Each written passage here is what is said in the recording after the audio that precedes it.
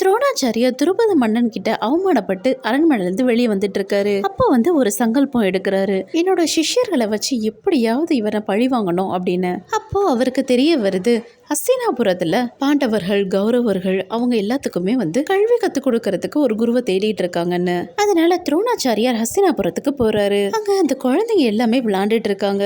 திடீர்னு அந்த குழந்தைங்க விளையாண்டுட்டு இருந்த பந்து கிணத்துல தவறி விழுந்துருது. உடனே துரோணாச்சாரியார் கையில உள்ள தர்பை புல் கட்டுல இருந்து ஒரு தர்பை புல்லை எடுத்து அந்த பந்து மேல போட்டாராம். அப்படியே ஒவ்வொரு தர்பை புல்லா அது மேல மேல மேல போட்டு கயிறு மாதிரி உருவாக்கி அந்த பந்தை மேல கொண்டு எடுத்துட்டாராம். அர்ஜுனன் இவர் பண்ற விஷயத்த பார்த்துட்டு பீஷ்மர் கிட்ட ரொம்ப ஆச்சரியத்தோட இந்த விஷயத்த பத்தி சொன்னாராம். பீஷ்மர் துரோணாச்சாரியார நேர்ல போய் பார்த்து, இந்த குழந்தைங்க எல்லாத்துக்குமே நீங்க தான் குருவா இருக்கணும் அப்படின்னு சொன்னாராம். நீங்க பாண்டவர்கள் கௌரவர்கள் இவங்களுக்கு மட்டும்தான் சொல்லி கொடுக்கணும், வெளியில யாருக்கும் சொல்லி கொடுக்க கூடாது அப்படின்னு சொல்லி ஒரு நிபந்தனையும் போட்டாராம்.